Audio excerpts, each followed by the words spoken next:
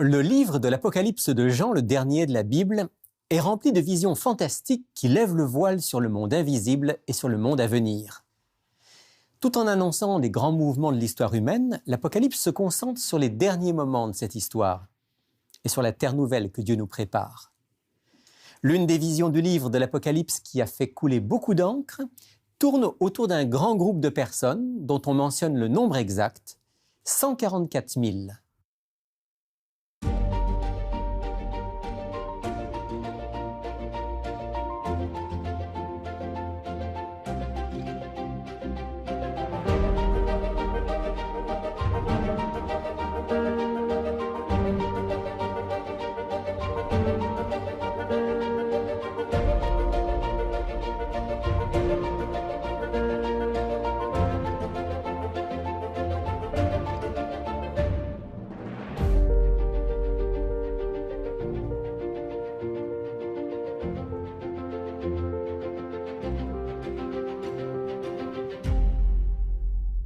Bonjour et bienvenue dans Il est écrit, une émission consacrée aujourd'hui encore aux visions prophétiques du livre de l'Apocalypse de Jean. Avant de commencer à lire le texte, je voudrais d'abord le situer dans son contexte. Ce que nous allons lire aujourd'hui est inséré entre le 6e et le 7e sceau dont nous avons parlé la dernière fois, comme une sorte d'intermède, d'interlude apparemment bizarrement placé. En fait, une réponse à la question en forme de cri de la fin du 6e sceau, après les événements cataclysmiques annonçant l'intervention finale de Dieu, le fameux cri « Qui peut subsister ?» Ici, je veux vous rappeler le rôle des interludes ou des intermèdes dans le livre de l'Apocalypse. José Élisée, qui était l'animateur de l'émission Il est écrit avant moi, avait l'habitude de comparer ces intermèdes à l'histoire d'un enfant qui aurait un problème à la jambe et qui devrait être opéré. Avant l'opération, il pose la question « Mais est-ce que ça va faire mal ?» Et on lui répond « Oui, ça va faire mal, mais après, tu pourras marcher. » Et l'enfant de s'inquiéter « Oui, mais est-ce que ça va être long avant que je puisse sortir de l'hôpital ?»« Oui, ça va être long, mais après, tu pourras marcher. » Voilà ce que sont les interludes, les intermèdes de l'Apocalypse. La vision des 144 000 est une vision d'espérance, par laquelle Dieu veut nous encourager, nous donner la force de surmonter les épreuves et de savoir qu'au bout, il y a quelque chose de merveilleux que Dieu nous prépare. Et maintenant, la lecture du texte des 144 000, Apocalypse 7, à partir du verset 1er.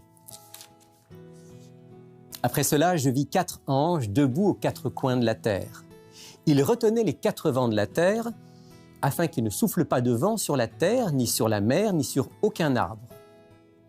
Et je vis un autre ange qui montait du côté du soleil levant, qui tenait le sceau du Dieu vivant. Il cria d'une voix forte aux 4 anges à qui il avait été donné de faire du mal à la terre et à la mer, et il dit « Ne faites pas de mal à la terre, ni à la mer, ni aux arbres, jusqu'à ce que nous ayons marqué du sceau le front des serviteurs de notre Dieu. » Et j'entendis le nombre de ceux qui avaient été marqués du sceau, 144 000 de toutes les tribus des fils d'Israël. De la tribu de Juda, 12 000 marqués du sceau, de la tribu de Ruben, 12 000, de la tribu de Gad, 12 000, etc. 4 anges aux 4 coins de la terre retiennent les 4 vents. C'est donc un message et une action universelle. Retenir les vents signifie certainement retarder le déchaînement des éléments destructeurs que le 6e sceau nous avait annoncé. On est encore dans le temps de la grâce, du choix possible pour chaque être humain. Puis vient un autre ange à l'Orient, et souvent l'Orient, l'Est, est la direction d'où vient le Seigneur, d'où viennent ses envoyés. Par exemple, dans le prophète Ésaïe, le serviteur de l'Éternel vient de l'Est. Dans le livre du prophète Ézéchiel, le temple de l'Éternel est ouvert à l'Est. C'est par l'Est que Dieu vient dans son temple. Donc, cet ange vient du côté de l'Éternel. Il va avoir une action favorable envers le peuple de Dieu. Puis le texte dit « Jusqu'à ce que nous ayons marqué du sceau le front des serviteurs de notre Dieu. » Ça, c'est un texte très parallèle à celui d'Ézéchiel, chapitre 9, dont il s'inspire visiblement. À l'époque d'Ézéchiel, au VIe siècle avant Jésus-Christ, le peuple juif prétendait servir Dieu dans son temple à Jérusalem. Mais en réalité, l'idolâtrie prévalait partout. Le culte du soleil, le culte des divinités païennes qu'on pratiquait plus ou moins ouvertement. Alors Dieu annonce à Ézéchiel que son châtiment va atteindre le peuple infidèle. Mais il lui montre en vision un ange chargé de marquer le front des hommes qui soupirent, qui gémissent à cause de toutes les horreurs commises par le peuple. Ceux-là, dit Ézéchiel, seront épargnés car ils constituent le reste fidèle. La vision des 144 000 est donc celle du reste fidèle. Parmi ceux qui se disent enfants de Dieu, membres de son peuple, Dieu reconnaît ceux qui lui appartiennent vraiment. Il veille sur eux. Le sceau qu'on appose signifie à la fois l'appartenance authentique et la protection spéciale. Quel réconfort de savoir que Dieu connaît son peuple, qu'il ordonne aux anges de veiller sur lui. En des temps particulièrement difficiles, Dieu veille sur ses enfants et leur accorde la force dont ils ont besoin et l'assurance qu'ils sont destinés à la vie éternelle. Et c'est sur le front que le sceau est appliqué. Le front, c'est le siège de la pensée, le siège de la décision de tout notre être. Ceux qui appartiennent à Dieu ne sont pas simplement des croyants pratiquants qui vont à l'église ou qui accomplissent des cérémonies. Ils sont du plus profond de leur être en harmonie avec la pensée de leur Créateur.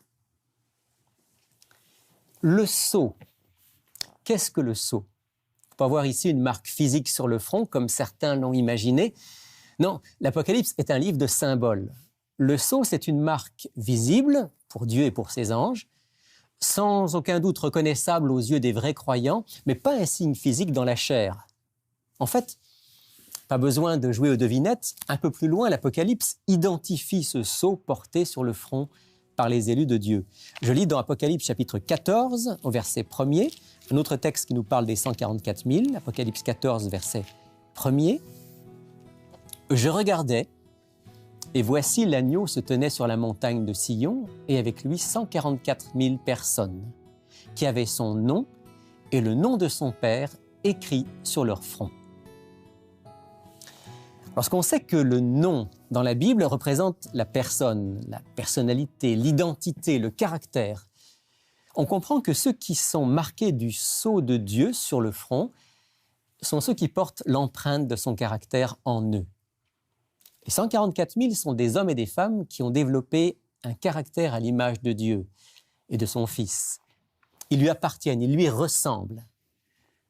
Par ailleurs, le Saint-Esprit est présenté dans le Nouveau Testament comme le sceau de Dieu sur ses enfants. Par exemple, dans Éphésiens au chapitre 1er, où il est dit « En lui, vous aussi, après avoir entendu la parole de la vérité, en lui, vous avez cru et vous avez été scellés du Saint-Esprit qui avait été promis. » Donc, le Saint-Esprit est celui qui produit en nous un caractère à l'image du Père et du Fils.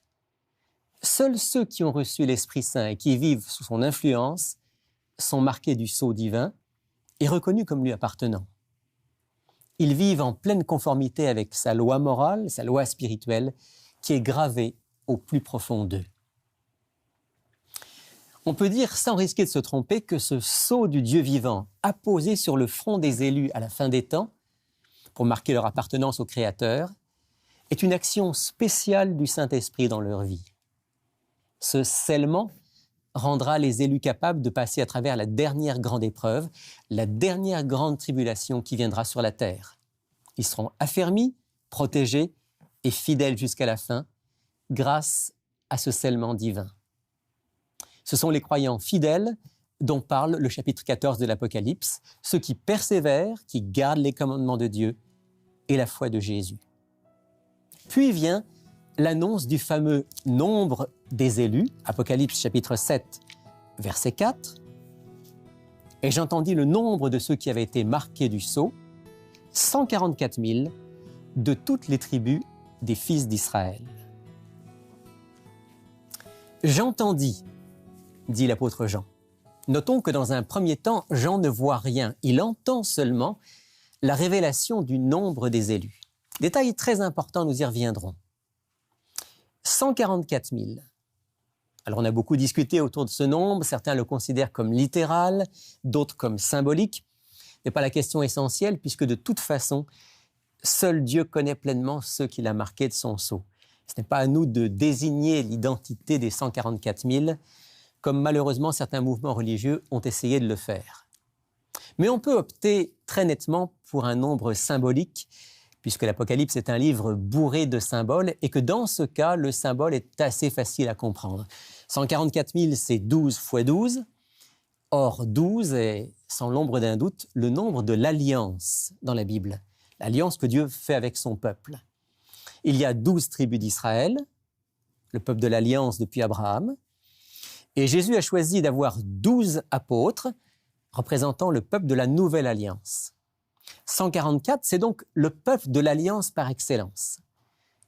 Et ce peuple est destiné à faire partie du royaume éternel, de la nouvelle Jérusalem, qui est décrite elle aussi sur la base de 12. Quant à 1000, c'est souvent le nombre indiquant une grande quantité, beaucoup.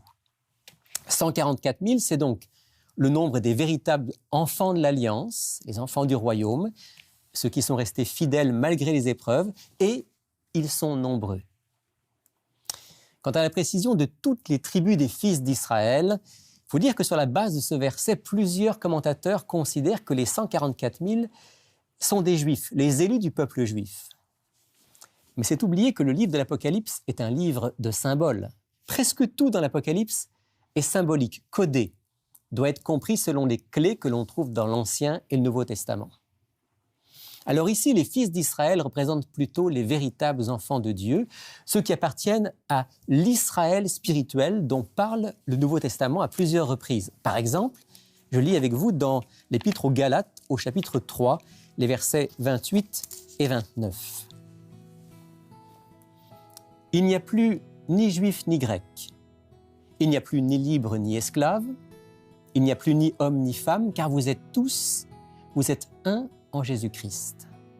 Si vous êtes à Christ, alors vous êtes la descendance d'Abraham, héritier selon la promesse. » Et dans Romains chapitre 2, verset 29, « Le juif, c'est celui qui l'est intérieurement, et la circoncision, c'est celle du cœur, selon l'esprit, et non selon la lettre. » Il serait plus qu'étonnant que le Nouveau Testament, après nous avoir annoncé avec force qu'il n'y a plus de différence entre les croyants, quelle que soit leur origine, nous parle ensuite de deux catégories de sauvés, les juifs et les non-juifs. Donc comprenons plutôt qu'il s'agit de l'Israël de Dieu ici, son peuple sauvé par la foi et issu de toutes les nations. D'ailleurs, la suite du texte le confirme bien. Et puis, on nous précise qu'il y a de la tribu de Juda 12 000, de la tribu de Ruben 12 000, etc. L'énumération qui suit et qui mentionne les tribus d'Israël n'est pas non plus à considérer littéralement. S'il fallait la prendre littéralement, il faudrait considérer qu'il y a exactement 12 000 élus dans chaque tribu mentionnée, sans compter qu'il n'y aurait aucun sauvé dans la tribu de Dan qui manque dans la liste. Non, cette liste des tribus est plutôt utilisée pour nous dire que pas un véritable enfant de Dieu ne manque à l'appel.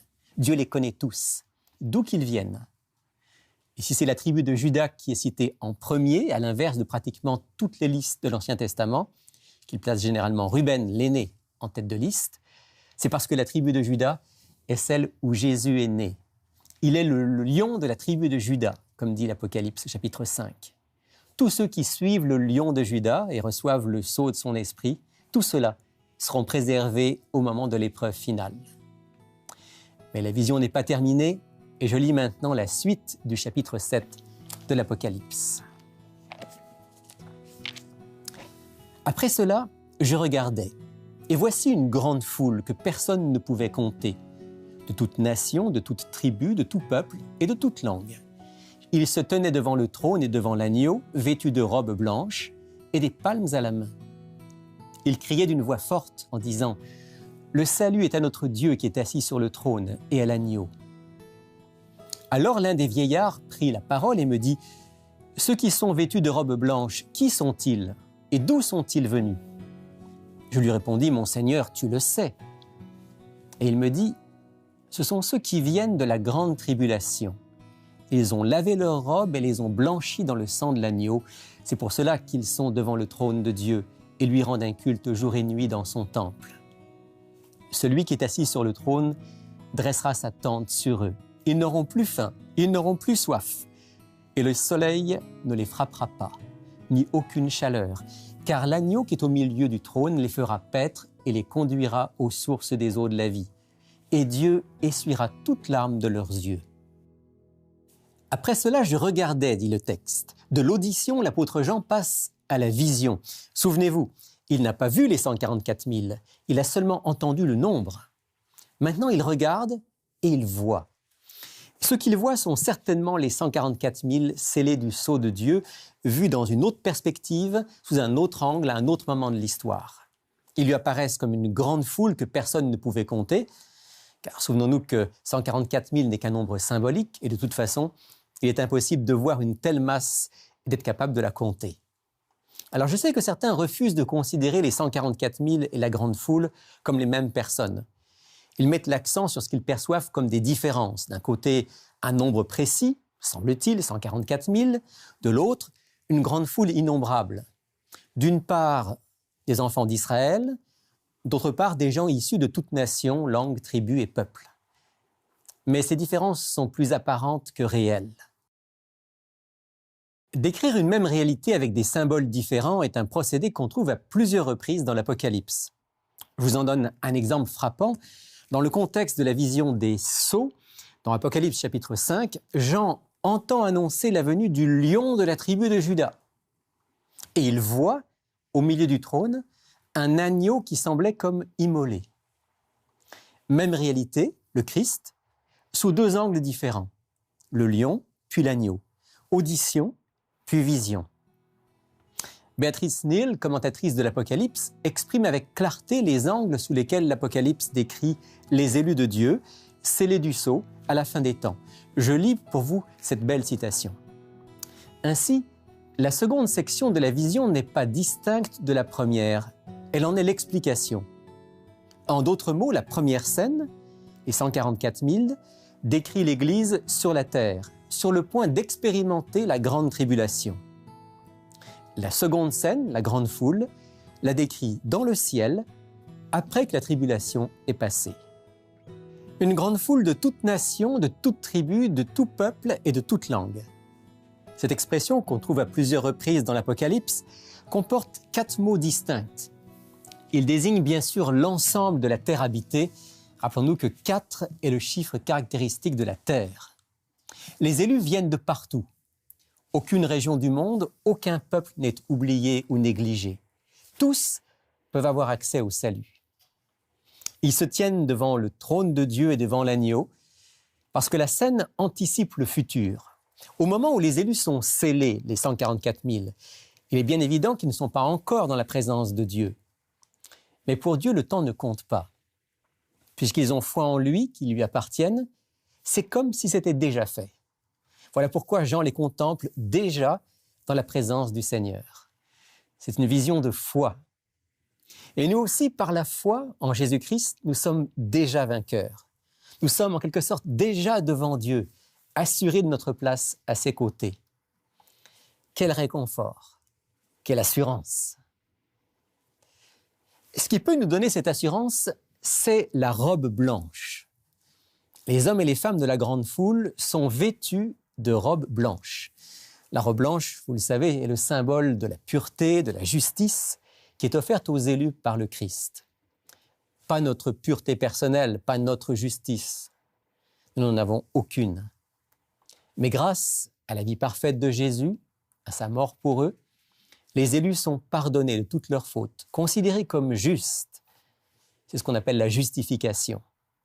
Ils sont aussi associés à la vie du Christ, qui produit en eux de plus en plus un caractère et des actions justes. C'est ce qu'on appelle la sanctification. Il faut remarquer que dans le livre de l'Apocalypse, les vêtements blancs de la justice et du salut doivent être acquis sur cette terre, durant cette vie, mais qu'ils seront portés dans le royaume de Dieu, lorsque Jésus sera revenu en gloire. Une façon magnifique de nous dire que la seule chose que nous emporterons dans l'au-delà, c'est le caractère juste et droit reçu de Dieu, le caractère pur que le Saint-Esprit aura implanté en nous. Et puis vient une question posée par l'un des anciens présents dans la vision. Ceux qui sont vêtus de robes blanches, qui sont-ils? et d'où sont-ils venus? C'est la question de l'identité de la grande foule qui est posée ici. Il est clair que ce sont des rachetés, ils en ont les caractéristiques, toute nation, robe blanche, présence près du trône, mais ont-ils une spécificité? Eh bien, le texte précise, oui, ce sont ceux qui viennent de la grande tribulation. La grande foule, qu'on peut aussi identifier aux 144 000, comme on l'a vu, est composée de ceux qui sont passés à travers la grande tribulation. Jésus avait prévenu que ses disciples auraient des tribulations, mais qu'ils pourraient les surmonter. Au sens large, on peut voir dans les 144 000, la grande foule, une représentation de tous les vrais croyants, tous les fidèles, en dépit des épreuves qui les ont affligés. Mais la grande tribulation désigne sans aucun doute de manière plus spécifique l'épreuve terrible annoncée par les prophéties et qui doit survenir juste avant l'intervention finale de Dieu dans l'histoire. Dans l'Évangile selon Matthieu, au chapitre 24 et au verset 21, Jésus nous parle de cette dernière tribulation. « Car alors il y aura une grande tribulation, telle qu'il n'y en a pas eu depuis le commencement du monde jusqu'à maintenant, et qu'il n'y en aura jamais plus. » Cette tribulation, c'est celle qui est annoncée dans le 6e sceau de l'Apocalypse, qui précède immédiatement la vision des 144 000. Ce qui nous amène à dire que dans un sens précis, les 144 000 et la grande foule représentent les croyants des derniers temps, ceux qui doivent faire face aux grandes épreuves finales. Dieu les a scellés, remplis de son esprit d'une manière toute spéciale. Ils ont reçu la force surnaturelle de rester fidèles à la volonté divine, même en passant à travers une épreuve sans précédent. Le sang de l'agneau, la justice du Christ, a été leur rempart.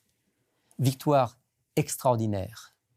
Voilà la réponse à la question angoissée d'Apocalypse 6, verset 17. Qui peut subsister? Le chapitre 7 de l'Apocalypse retentit comme un cri de victoire au cœur d'une histoire humaine marquée par la détresse et la mort. Notre monde est marqué par bien des scènes terribles. Et selon la Bible, les temps qui sont devant nous seront encore plus difficiles par bien des aspects. Mais rappelons-nous que la victoire est certaine, que la puissance de Dieu est immense et que le peuple de Dieu, vous et moi, pourra traverser les plus grandes épreuves grâce au sceau divin, grâce à la force, à la protection divine. N'ayons pas peur de l'avenir, aussi sombre qu'il apparaisse. Dieu garde le contrôle général, final de l'histoire humaine, alors attachons-nous fortement à l'agneau de Dieu. C'est lui qui nous fortifiera, qui nous protégera, qui fera de nous un peuple de vainqueurs. Si nous vivons les dernières heures de l'histoire de notre monde, choisissons de faire partie de la grande foule des 144 000. Laissons Dieu nous accorder le sceau de la victoire. La promesse qui nous est faite est certaine. Père Céleste, merci. Merci de cette vision encourageante des 144 000 et de la grande foule. Merci de cette assurance que tu nous prépares une place auprès de toi et que bientôt ton royaume sera établi. Donne-nous de nous laisser être scellés de ton sceau, de ton Saint-Esprit, pour être fidèles jusqu'au bout.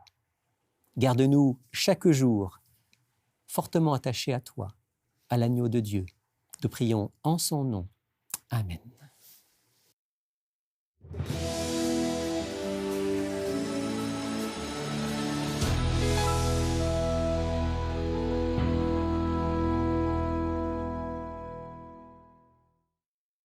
Vous voulez mieux comprendre les symboles de l'Apocalypse? Alors, profitez de notre offre de la semaine. Bonjour France. Bonjour Rémi. Bonjour Sylvain. Bonjour. Tu as entre les mains notre offre de la semaine. C'est la même que les semaines précédentes. Oui, c'est en fait Le Cri du ciel, comme on a présenté les semaines dernières, de Jacques Doucan. C'est un livre pour encourager nos auditeurs à approfondir vraiment tous les symboles de l'Apocalypse. Donc, c'est un livre qui couvre l'Apocalypse du début à la fin. Et on voit ici dans ce livre-là, à un moment donné, que l'auteur parle aussi de la sainteté, la Nouvelle-Jérusalem, qui est basée aussi sur le 12 par 12. Comme les 144 000. Et ça fait un beau petit lien, donc ça peut intéresser les gens, là, ça a une symbolique là aussi. Donc, pour pouvoir étudier l'ensemble du livre, Oui. du chapitre 1er au chapitre 22. Le Cri du ciel de Jacques Doucan, on l'offre à 20 $ plus les frais de poste. Très bien. Alors, ne manquez pas de vous procurer votre exemplaire du cri du ciel. Sylvain, tu as aussi aujourd'hui une question troublante presque. C'est ça. Écoute, à quelque auditrice. part, ça m'a déjà même troublé. Donc, Lucie, qui écrit peut-être une question que peut-être personne n'a osé écrire. Probablement fait le cours biblique avec nous. Puis, voici sa question. Que pensez-vous de ceux qui, aujourd'hui, se disent prophètes de Dieu et qui même prédisent l'avenir à certains croyants comme si Dieu passait par eux pour donner un message? OK? Leur donner finalement un message. La question, c'est qu'est-ce qu'il faut penser des gens qui se disent prophètes dans les églises? Ouais. Et il y en a un certain Il y en nombre. a de plus en plus, on dirait. Qu'est-ce qu'on répond à ça, Sylvain? Ben, en premier, j'ai quand même déjà eu cette expérience-là, que quelqu'un se dit prophète ou qui est capable de prophétiser. Ça fait réfléchir énormément, mais moi, ce qui me rejoint beaucoup aussi, c'est l'idée de... Bon, premièrement, Jésus a déjà annoncé qu'il y avait des faux prophètes. Donc, s'il y a des faux prophètes, il va y avoir des vrais. Maintenant, qu'est-ce qu'un vrai prophète? Bien, premièrement, il y a l'élément, ce qu'il dit, est-ce que ça va se réaliser? Donc, premier critère, si la personne dit quelque chose, annonce quelque chose, ça doit se réaliser. Voilà. Premier critère. Deuxième point, est-ce que cette personne-là, finalement, lorsqu'elle prédit quelque chose ou elle donne un message à quelqu'un, de faire quelque chose, ou peu importe c'est quoi, mais est-ce que c'est conformément à la volonté de Dieu, donc par rapport à la parole de Dieu aussi? Est-ce que ça pousse dans la direction de Dieu et de sa parole? Je sais pas, moi, Dieu me dit de te marier avec une femme qui n'est pas chrétienne. Ça me semble que ça ne tient pas la route. Troisièmement, il y a la dimension aussi du caractère de la personne. Est-ce que la personne porte des fruits? Des bons fruits. Les fameux fruits dont parle Jésus. On peut citer Matthieu 7, verset... Vous les reconnaîtrez à leurs fruits. Verset 16, c'est ça. Donc, il y a quand même aussi la vie de la personne. Oui. L'orgueil, l'humilité aussi. Hein? Si c'est quelqu'un qui se dit prophète et qu'il est orgueilleux... C'est ça. Parce que c'est vrai quand même que souvent celui ou celle qui se dit prophète ou prophétesse a tendance à en tirer un certain contrôle sur la vie des autres. Et ça, c'est profondément malsain. Donc, si on sent ça, il faut fuir. J'ai presque envie de dire aussi que si une personne se fait dire quelque chose comme ça, ce serait de dire, quelle est ta communauté chrétienne? Parce qu'on sait que c'est la communauté chrétienne qui doit reconnaître ce don-là. Et quelque part, c'est facile de dire, hey, je suis prophète puis je viens de voir. Une relation de proximité. C'est autoproclamé, oui. C'est dangereux. Est-ce que l'Église reconnaît cela? Est-ce que c'est quelqu'un d'équilibré? Oui, voilà. Il y a beaucoup de questions comme ça à se poser.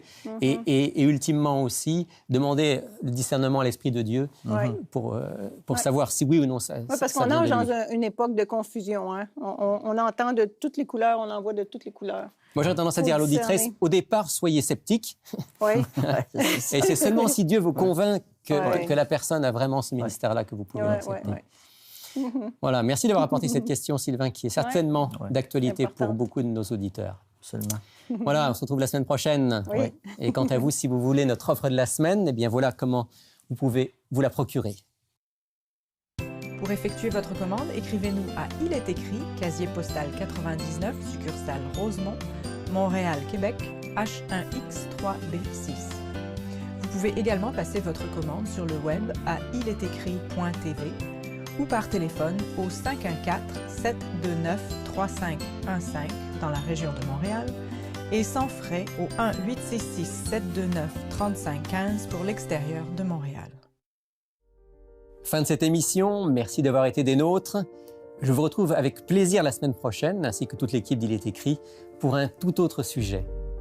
Mais d'ici là, souvenez-vous, il est écrit « L'homme ne vivra pas de pain seulement, mais de toute parole qui sort de la bouche de Dieu ».